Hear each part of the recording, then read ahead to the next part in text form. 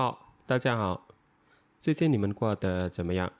今天我想讨论一下一个对我生活产生重大的事情，就是戒掉社交媒体。我想分享我的经历，以及一些给想要减少或者彻底戒掉社交媒体的人的一些建议。首先，我承认社交媒体给我们生活带来了很多好处。它是一个改变我们与世界连接方式的神奇工具。社交媒体让我们可以随时随地与家人和朋友保持联系。它对一些正在寻找社区、学习新知识，甚至打造个人品牌或者事业的人，也有很大的帮助。通过像 YouTube、Instagram 和 Twitter 这样的平台，我们可以与全世界分享我们的想法与生活。但是对我来说，社交媒体慢慢开始影响到我的生活。我在高中时，它成为我们那个年代分享信息和生活更新的一种方式。从高中到大学，我几乎一直在使用社交媒体，最终它变成了我无法放下的东西，我上瘾了。像许多人一样，我常常在社交媒体上发布很多关于我生活的内容，从个人经历到日常生活。现在回想起来，分享那么多隐私确实有一点可怕的。我在没有意识到长期影响的情况下，把太多私生活放到了网上。但更让我感觉到困扰的是，它开始影响到我的下决定。我发现自己经常在想别人如何看待我在网上发布的内容。当我看到其他人过得更好的生活时，我感觉自己的生活突然间变得很差，很糟糕。其实吧，也没有责怪以前的自己的。到现在回想起来，还是以前的生活方式导致有那样的想法。2019年，我偶然看到一篇文章，写关于60天社交媒体戒断挑战的博客。我有一段时间研究这个话题，这让我开始思考，如果我真的想改变我的生活，成为一个更好的自己的话，我需要做出一个重大决定。于是我决定立刻彻底戒掉社交媒体。我删除了所有社交媒体账户，并告诉自己必须坚持下去。戒掉并不容易的。一开始我感觉到很空虚和焦虑。社交媒体已经成为我日常生活的一部分，突然没有它，我不知道该做什么。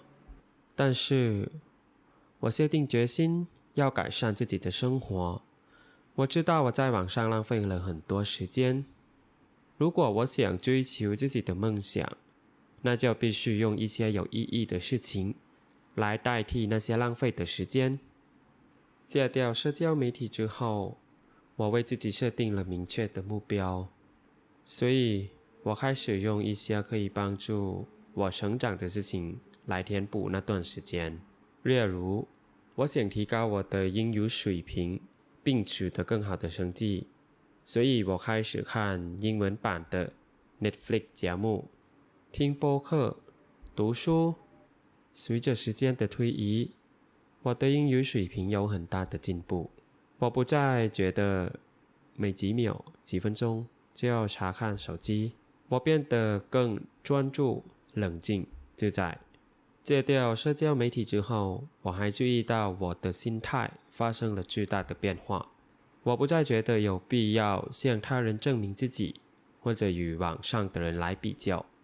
我开始设定自己的目标，并努力成为更好的自己。我不再因为与别人的高光时刻做比较，而感觉到焦虑或者不安。戒掉社交媒体的好处。现在5年过去了，我可以自信地说，戒掉社交媒体给我生活带来了很多好处。以下就是其中的一些部分。第一，更多的空闲时间。你们也可以想象，以前每天至少几个小时在看手机，现在没有了那样的习惯，当然会有更多的时间来专注于真正重要的事情。第二，更好的专注力。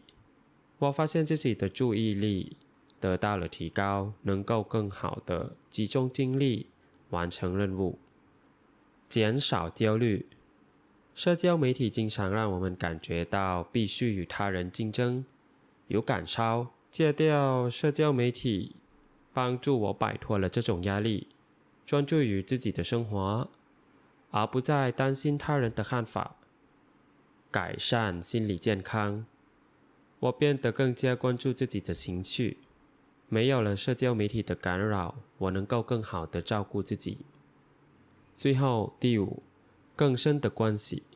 我更注重于真实生活中的关系，面对面的交流变得更有意义，我也更加珍惜与家人和朋友共处美好的时光。那么，如果你们正在考虑戒掉或者减少社交媒体的使用的话，以下是我个人认为一些对我有帮助的建议。设定明确的目标。首先，你们得问问自己为什么想要戒掉社交媒体呢？你们希望从中得到了什么？无论是提高专注力、心理健康，还是提高生产力，拥有一个目标会让你们更加坚定。从小事开始。如果突然彻底戒掉对你来说是太极端的话，可以先从限制使用时间开始。你可以减少在某些应用上的时间，或者每个礼拜给自己设定社交媒体的休息日。用有益的习惯代替社交媒体。戒掉社交媒体最难的一部分是如何填补这些额外的时间，用一些能够帮助你成长的生活来代替社交媒体，比如读书、健身、学习新技能，或者与朋友出去玩，都可以的。关闭通知。频繁的通知会让你难以远离社交媒体。关闭通知的话，可以减少你每几分钟就查看手机的冲动。保持耐心。适应新生活需要时间的，过几天或者几个礼拜可能会感觉到不适应，但坚持下去的话，随着时间的推移，你会发现自己的生活更加有掌控感。基本上就是这些。好，戒掉社交媒体并不适合所有的人，但对我来说，这是一个改变生活的决定。如果你们曾经考虑减少或者彻底戒掉社交媒体的话，我鼓励你们尝试一下，调整自己的日常生活，设定明确的目标，我相信你们会看到积极的变化。那么，你们有没有试过戒掉或者减少社交媒体呢？我很想听到你们的想法与你们的经历。非常感谢你们观看到最后，那我们下一个视频见，再见。